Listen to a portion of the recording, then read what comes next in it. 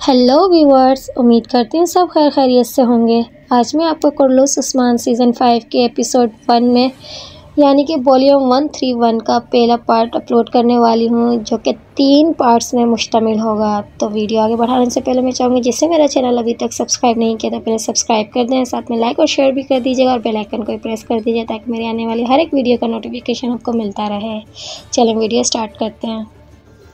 Episode के start में हम देखेंगे सफ़ेद सूट में बाला खातून जो कि सुनसान जंगल से गुजर रही होंगी। उनके पीछे पीछे अलाउद्दीन आ रहे होते हैं और ज़ोर ज़ोर से आवाज़ देंगे, अम्मी जान अम्मी जान। बाला खातून एक कब्र के पास जाकर बैठ जाएंगी। कब्र पे हाथ रख कर कहेंगी, मेरी प्यारी हलीमा हलीमा, ये कहकर कब्र को बोसा देंगी और फिर कहेंगी, मैं तुम्हारे पास आई हूँ बेटी। इतने में अलाउद्दीन आ जाता है। फिर बाला खातून कहेंगी, तुम्हें ठंड लग रही है मेरी प्यारी बेटी, रुको मैं तुम्हें गर्म कर दूंगी। इसी के साथ अलाउद्दीन बाला खातून के पास बैठ जाएंगे, लेकिन बाला खातून कब्र से लिपट कर कहेंगी, मेरी प्यारी बेटी क्या तुम गर्म हुई? पास बैठा अलाउद्दीन कहेगा, अम्मी हलीमा मर चुकी है। लेकिन बाला खातून हलीमा से मुखातिब होकर कहेंगी, सो जाओ मेरी बेटी सो जाओ। अलाउद्दीन रोते हुए कहेगा, क्या अम्मी मैं आपको नज़र नहीं आ रहा? लेकिन बाला खातून मुसलसल हलीमा से बात कर रही होंगी। इतने में अलाउद्दीन बाला खातून के कंधे पे सर रखकर ज़ारो कतार रोने लगेगा और कहेगा, हलीमा मर चुकी है, वो मर चुकी है। उतने में बाला खातून अलाउद्दीन को ज़ोर से पीछे धकेल देती है। अलाउद्दीन जैसे ही पीछे देखेगा तो वहाँ बाला खातून नहीं होती और कब्र खुली होगी।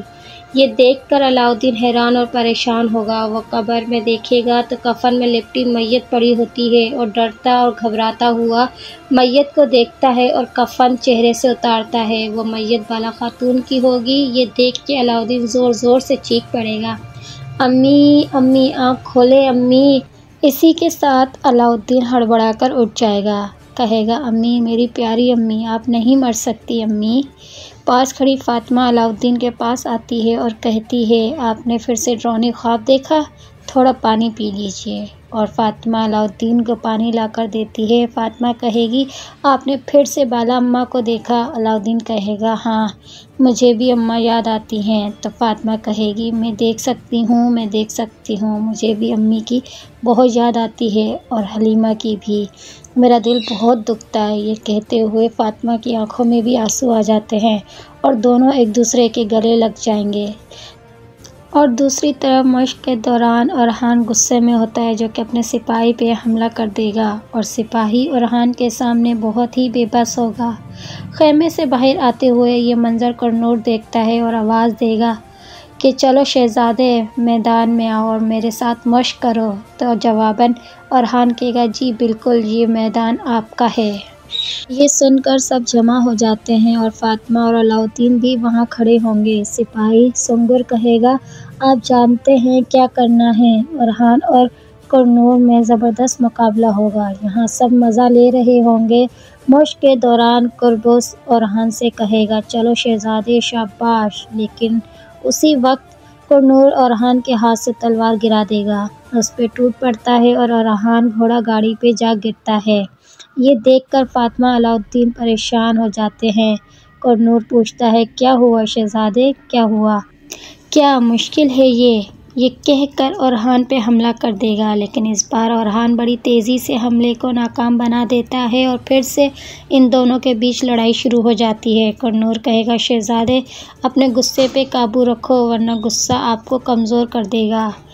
एक सिपाही से कुरनूर पानी का गिलास लेता है और अरहान के मुंह पर फेंक देगा। फिर अरहान पे हमला करेगा, लेकिन इस बार अरहान इसके वार को नाकाम कर देगा। ये देख के फ़ातिमा खुश होगी और कहेगी, चलो भाई मारो इसे। जबकि अरहान बोलेगा, हम माहिर हैं, गुस्से के आगे घुटने नहीं टेकते। उन दोनों को देखकर सिपाही सुंगर कहेगा, शाबाश शहज़ादे। अगले हमले में कुरनूर की तलवार अरहान के गले पे होगी और अरहान का खंजर कुरनूर के सीने पर। ये देख के सब परेशान हो जाएंगे। मज़ीद कुरनूर कहेगा तजुर्बा हमेशा महारत पे गालिब आता है। जवाब में अरहान कहेगा आई वल्लाह, लेकिन एहतियात तजुर्बे से पहले आती है। सब लोग अरहान की ये महारत देखकर खुश हो जाते हैं। मज़ीद अरहान कहेगा आप हमेशा मुझे छुपाकर खंजर रखने को कहते थे। फिर दोनों खुश होकर एक दूसरे से हाथ मिलाएंगे। उसके बाद कुरनूर कहेगा आप एक बेखौफ सरदार बन चुके हैं। ये सुनकर अरहान उनका शुक्रिया अदा करता है। इसके साथ आयतुक घोड़ा भगाता हुआ किले आएगा और वो कहेगा कि फ़तेह के लिए फ़ौज शहर आ चुकी है। इसके बाद हम उस्मान साहब को देखते हैं जो बहुत गौर से नक्शे का जायज़ा ले रहे हैं। मालून खातून भी इनके साथ होंगी। नक्शे का मुआयना करने के बाद उस्मान साहब कहेंगे एक कदीम बुरसा आपको अपने इर्द गिर्द किलों पे भरोसा है। इसी के साथ मालून खातून का ही परचम लगाते हुए कहेंगी की थे, और फिर दूसरा परचम लगाते हुए कहेंगे एथ्रानोस कास्तान, और फिर हमें बुरसा की फ़तेह के लिए कौन रोक सकता है। जवाब में उस्मान साहब कहेंगे कोई भी नहीं, इसलिए वो दमबोज में हमारे पास आए थे ताकि हमें गुमराह कर सकें। और मालून खातून कहती हैं यानी वो शहर को ख़त्म करना चाहते थे, लेकिन उन्होंने इसकी कीमत अपनी जानों से अदा की। जवाब में उस्मान साहब कहते हैं इसकी कीमत अदा करने के लिए उन्हें जान से भी बढ़कर करना होगा। हम उनसे किले भी लेंगे। उसके बाद मालून खातून तलवार उस्मान साहब को देंगी और कहेंगी जब भी जंग होती है मेरा दिल 3 हिस्सों में बँट जाता है। मेरा अरहान, मेरा अलाउद्दीन, वो बड़े हो चुके हैं और बहादुर सरदार बन गए हैं, मैं जानती हूँ, लेकिन जब तक हम मुत्तफ़िक़ होंगे और हम अपने मकासद हासिल करते रहेंगे। जवाब में उस्मान साहब कहते हैं यकीनन हम करेंगे, ज़रूर करेंगे। इसके साथ उस्मान साहब अपनी तलवार बेनियाम कर लेते हैं और कहते हैं एक कदीम बुरसा, या तुम या मैं, ये कहते ही तलवार नक्शे में गाड़ देते हैं। इसके बाद यानी शहर को दिखाया जाता है। ख़ैमे से बाहर आते ही आयतुक सिपाहियों से कहेगा मुतवज्जा हो। ये सुनकर सब सिपाही एक कतार में खड़े हो जाएंगे। इसके बाद उस्मान साहब मालून खातून और बुरहान के साथ वहाँ पहुँचते हैं। सिपाहियों को देखकर कहते हैं माशाल्लाह माशाल्लाह। आगे बढ़ते हुए उस्मान साहब कहते हैं हमारा अगला हदफ कैस्टल किला है। फिर कहते हैं कि आप सब जंग के लिए तैयार हो। जवाब में सिपाही कहते हैं जी हाँ, हम सब तैयार हैं। फिर उस्मान साहब पूछते हैं आप सब क्या चाहते हो। जवाब में आता है कुफर का सर को चलना चाहते हैं और शहादत के साथ मरना चाहते हैं। ये सुनकर उस्मान साहब कहते हैं माशाल्लाह रे माशाल्लाह। इसी के साथ एक सिपाही को देख के बुरहान उसके पास जाता है। बुरहान को वो खत देता है, कहता है कूनिया से ख़बर आई है। बुरहान खत खोल के देखता है और पढ़ता है और पढ़कर परेशान हो जाएगा और वो भागता हुआ उस्मान साहब के पास पहुंचता है, जहां पे वो उस्मान साहब को खत देगा। और ये खत भी उस्मान साहब पढ़ के परेशान हो जाते हैं और गुस्से में खत को मुट्ठी में दबा लेते हैं और कहते हैं सरदार सब मेरे दीवान में आए। और ये कह के उस्मान साहब दीवान की तरफ बढ़ते हैं। फिर हम देखेंगे अलजान खातून तेज़ी से आगे बढ़ रही होती हैं और उनका सामना फ़ातिमा से होता है। फ़ातिमा कहती है अलजान खातून अम्मी आपका पूछ रही थी। अलजान परेशान होते हुए पूछती है फ़ातिमा एक कासिद आया है, क्या जुरबिटा की कोई ख़बर आई है। फ़ातिमा कहती है नहीं बहन, कासिद कूनिया से आया है। अलजान कहती है इतना अरसा हो गया हमें अलग। फिर बात काट देती है और कहती है मुझे यकीन है वो ज़िंदा है। इतने में अलजान का बेटा भागता हुआ आता है और कहता है बाबा आ गए, क्या मेरे बाबा आ गए। अलजान उससे प्यार करते हुए कहती है नहीं बेटा वो आएंगे, वो एक दिन ज़रूर आएंगे मेरे प्यारे बेटे। फिर हम देखते हैं दीवान में सरदारान जमा होते हैं और उस्मान साहब कहते हैं मैंने एक फ़ैसला किया है कैस्टल की फ़तेह को रोकने का। जिस पे अरहान पूछता है क्यों जनाब, इसकी क्या वजह है। तो जवाब में उस्मान साहब कहते हैं हमारे लोगों को सुल्तान की ज़रूरत है। कुरनूर पूछता है इसकी क्या वजह है। तो उस्मान साहब इस पे जवाब देंगे कि सुल्तान मसूद को जहर दिया गया है और अब वो ठीक नहीं होंगे। ये सुन के कुरनूर कहता है घोड़ों की चीखें सुनाई देंगी, तलवारें निकाली जाएंगी, क्या सुल्तान मर जाएंगे तो बहुत से बहादुरों का खून बहाया जाएगा। हाँ जनाब। तो जवाब में उस्मान साहब कहेंगे अब आप सब बताएं क्या हमें इस फ़र्ज़ का जवाब देना चाहिए। तो बुरहान कहता है, अल्लाह जानता है, मेरा दिल चाहता है हम ऐसा करें। मेरे सरदार उस्मान साहब को तमाम तुर्क कबाइल की क़यादत करनी चाहिए, लेकिन हमारी भी कोई हुदूद है हुजूर। एक तरफ पूर्णिया से ताकत और बाकी सब सरदार दूसरी तरफ। इस पे उस्मान साहब पूछते हैं, क्या तुम्हें लगता है हमारी ताकत हमारे ख्वाबों से कम है? फिर कुरनूर कहता है, बुरहान भाई आपकी परेशानी बेमायने नहीं है, लेकिन यहाँ मामला ताकत का नहीं। ये सुनकर बयंदर कहता है, कुरनूर भाई आप सही हैं, अगर हम सबको इकट्ठा कर भी लें तो 10,000 सवार होंगे। दरमियान एक लम्हे में 1 लाख जमा कर सकता है और दूसरी तरफ कसारी अपनी बहरी जहाज़ों की बदौलत कुस्तुनतुनिया पे पहले ही इख्तियार हासिल करने वाला है। कारवान जो कि कोनिया के बिल्कुल करीब है, वो भी अपने शिकार का इंतज़ार कर रहे हैं। इस पे उस्मान साहब बयंदर से पूछते हैं, आप बताएं हमें क्या करना चाहिए? तो इस पे बयंदर कहता है, माफ़ कीजिएगा हुजूर, लेकिन हमें जुर्मियान कबीले का इत्तेहादी बनना चाहिए। ये सुन के कुरनूर गुस्से से कहता है, बयंदर भाई आप क्या बात कर रहे हैं? और दूसरी तरफ बुरहान भी गुस्से में कहता है कि मुझे लगता था आप भी हम जैसा सोचते होंगे, लेकिन आप ये कैसे कह सकते हो हम उन्हें अपनी रहनुमाई करने दें? सरदारों को ऐसा देख के उस्मान साहब कहते हैं, खामोश खामोश। फिर उस्मान साहब कहते हैं कि यहाँ हम सब जमा ही इसलिए हुए हैं कि सब अपने दिल की बात कह सकें, यहाँ अपनी बात रख सकें। तो आप बोलिए बयंदर साहब, आप जो बोलना चाहते हैं बोलिए। अब हम देखेंगे मालून खातून फ़ातिमा और अलजान के साथ सीढ़ियों से नीचे उतर रही होती हैं। मालून खातून अपने सिपाहियों से कहती हैं, जाएं आप लोग शहज़ादों के लिए घोड़े तैयार करें। वो बराबर में खड़ी ख़वातीन से कहती हैं, आप लोग जाके खाना तैयार करें। जिसमें फ़ातिमा कहती, अभी तक दीवान ख़त्म नहीं हुआ, क्या बाबा ने आपसे कुछ कहा है? जिसमें मालून खातून कहती हैं, मैं उनकी बीवी हूँ, उन्हें कुछ भी कहने की ज़रूरत नहीं पड़ती और आज का दिन काफ़ी बड़ा होने वाला है। जिस पे अलजान कहती है, मालून खातून क्या मैं सुन्नत का अमल रोक दूँ? जिस पे मालून खातून कहती है, नहीं, ये सरदार के लिए आम सी बात है, ये रुकना नहीं चाहिए। और ये कह के मालून खातून आगे बढ़ जाती हैं। दूसरी तरफ हम देखेंगे दीवान में मौजूद बयंदर के बाद उस्मान साहब अरहान और अलाउद्दीन से बोलने का कहते हैं। जिस पे अलाउद्दीन कहते हैं, सरदारों में सबसे बहादुर बेलौस हुनरमंद सरदार हैं आप। हम अवाम के ख्वाबों को मुस्तकबिल में ले जाने के लायक हुए तो हमारी मिल्लत और इसकी ज़मीन की खुशहाली का सूरज तुलू होगा इंशाअल्लाह। और सब कहेंगे एक साथ, इंशाअल्लाह। इसके बाद अरहान कहता है, हम दुश्मनों के साथ सरहदों पे हैं। मज़ीद अरहान कहेंगे, अनातोलिया के सरदारान को तख्त के लिए एक दूसरे के साथ लड़ने दें। हम जब तक कुफ़ार के साथ जंग में हैं, जंग से वापस आने वाले बहादुर हमारा साथ देंगे। सबकी राय सुन के उस्मान साहब कहेंगे, मेरे साथियों, मेरे भाइयों, हमने जब से अपने दादा सुलेमान शाह को कुफरात के जंगली पानी में खोया, तब से ऐसी कोई जंग नहीं छोड़ी जहां हम अपने घोड़ों के साथ ना गए हों। हमने बहुत से दुश्मनों को शिकस्त दी, हमने बहुत सी मुश्किलों का सामना किया। हम शिकार करते रहेंगे, हम दावत देते रहेंगे। देखो, सुनो और हिफाजत करो, एक नया दौर शुरू होगा। मुश्किलें होंगी लेकिन हमारा होगा। अब हम पीछे नहीं हट सकते। तुर्कों के सुल्तान का इंतखाब शुरू हो चुका है। हम जालिमों के ख़िलाफ़ जंग करेंगे, लेकिन अगर सरदारान ने मुश्किलें पैदा की तो हम उनके साथ भी जंग करेंगे।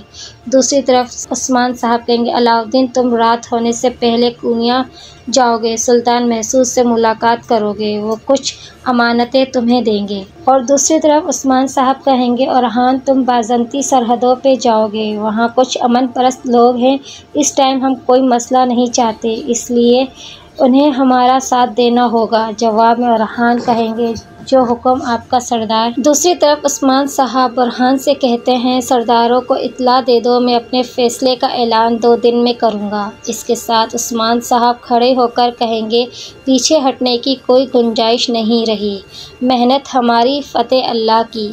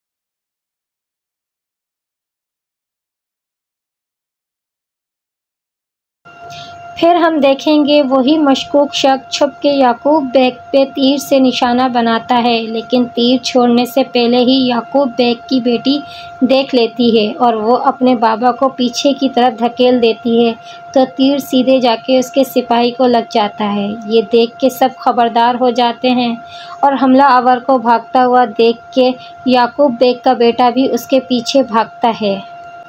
और फिर याकूब बेग अपने सिपाही से पूछते हैं, क्या तुम ठीक हो? और दूसरी तरफ याकूब बेग का बेटा मोहम्मद हमला आवर पे तीर छोड़ देता है और उसी वक्त उस हमला आवर को वो तीर लग जाता है और उसकी मौत हो जाती है। और तलाशी के दौरान याकूब बेग के बेटे को वही खंजर मिलता है जिस पे कई निशान बना होता है। खंजर को देख के मोहम्मद को बहुत ज़्यादा गुस्सा आता है, लेकिन उसी टाइम याकूब बेग वहाँ आ जाते हैं और अपने बाबा को कहता है, ये देखो उस्मान ने किया, यकीनन ये उस्मान ने किया, वो इसकी कीमत अदा करेगा। याकूब बेग कहते हैं, जल्दी फैसला ना करो। इसी लम्हे तीर लगने वाला सिपाही तड़प तड़प के मर जाता है और उसके मुंह से झाग निकलती है। ये देख के मोहम्मद को बहुत गुस्सा आता है और वो कहता है, बाबा ये उस्मान ने किया, ये उस्मान ने ही किया। याकूब बेग कहेंगे, वो ये क्यों करेगा, मेरी मौत से उसे क्या हासिल होगा। अब याकूब बेग का सिपाही उसके पास आता है और कहेगा, कुनिया से खबर आई है, सुल्तान महसूद को जहर दिया गया है। ये सुन के याकूब बेग सोच में पड़ जाता है और कहता है, अब मुझे जवाब मिल गया उस्मान, तुम्हें पहले से पता था सुल्तान महसूद मर जाएगा, तुम्हें मालूम था, लेकिन तुमने मुझे रास्ते से हटाने की कोशिश की। इतने में मोहम्मद कहता है, सरदार आप इजाज़त दें मैं यानी शहर जाऊं और उसे तबाह कर दूं। लेकिन याकूब बेग ने उसे चुप करा दिया और कहा, मैं उनसे हिसाब लूँगा, लेकिन जो हुआ इसकी किसी को खबर ना चले। फिर कहता है, गोंजा बेटी, सुल्तान के मरने से पहले तुम कोनिया पहुँचो। बेटी कहती है, जैसा आपका हुक्म। और मोहम्मद से कहता है, जिसने हमला कराने की कोशिश की उस उस्मान ने बाकी सरदारान को अपने साथ मिलाने के लिए कासिद भेजा होगा, तुम कासिदों को रोकोगे, वो सरदार मेरे साथ खड़े होंगे। फिर याकूब बेग सिपाही को कहता है, थॉमस को खबर भेजो। ये सुन के सिपाही चला जाता है। फिर याकूब बेग खंजर को देखते हुए कहेगा, पहला तीर तुमने चलाया उस्मान, अब मेरी बारी है। फिर हम देखेंगे ओरहान और अलाउद्दीन मालून खातून के हाथ पे बोसा देते हुए उनके गले लगेंगे और अलाउद्दीन को गले लगाते हुए मालून खातून कहती हैं, मुझे फ़ातिमा ने बताया तुमने फिर से एक डरावनी ख्वाब देखा है। फ़िक्र मत करो बेटा, ये दौर भी गुजर जाएगा इंशाअल्लाह। मैंने सौगत में पैगाम भेज दिया, सब ठीक होगा इंशाअल्लाह। ये सुन के अलाउद्दीन भी उनका शुक्रिया अदा करता है। यहाँ मालून खातून ओरहान से मिलते हुए कहेंगी, फ़िक्र मत करना बेटा, तुम्हारी अम्मी हमेशा यहाँ मौजूद हैं, परेशान मत होना, तुम दोनों का सफ़र आसान हो, मेरी दुआ तुम दोनों के साथ है। चलो बाबा को इंतज़ार मत कराओ। इतने में उस्मान साहब आते हैं और ओरहान आगे बढ़कर उस्मान साहब के हाथ पे बोसा देगा और उनके गले मिलता है। उस्मान साहब कहते हैं, सलजाक के लोगों को कायल करना आपके लिए मुश्किल होगा, लेकिन मैं दिल से भरोसा करता हूँ। ओरहान कहेगा, इंशाअल्लाह हाँ, हम फतेह होंगे। फिर अलाउद्दीन आगे बढ़कर उस्मान साहब के हाथ पे बोसा लेकर उनके गले मिलता है और उस्मान साहब कहेंगे, कुनिया अब मैदान जंग है, वाज़ा नहीं कौन किसका साथ देगा, हमेशा होशियार रहना मेरे बेटे। इसके बाद उस्मान साहब एक खत अलाउद्दीन को देते हैं। मज़ीद कहते हैं, आप इसे अंदर दाखिल होने के लिए इस्तेमाल करना। जवाब में अलाउद्दीन कहेंगे, आप परेशान मत हो बाबा, जो ज़रूरी है वो होगा।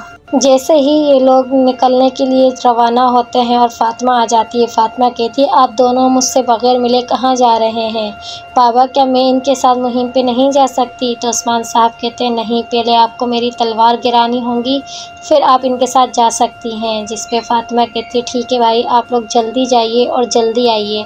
उनके गले लग के उन्हें रुखसत करती हैं और कहती है, मैं आपका इंतज़ार करूँगी।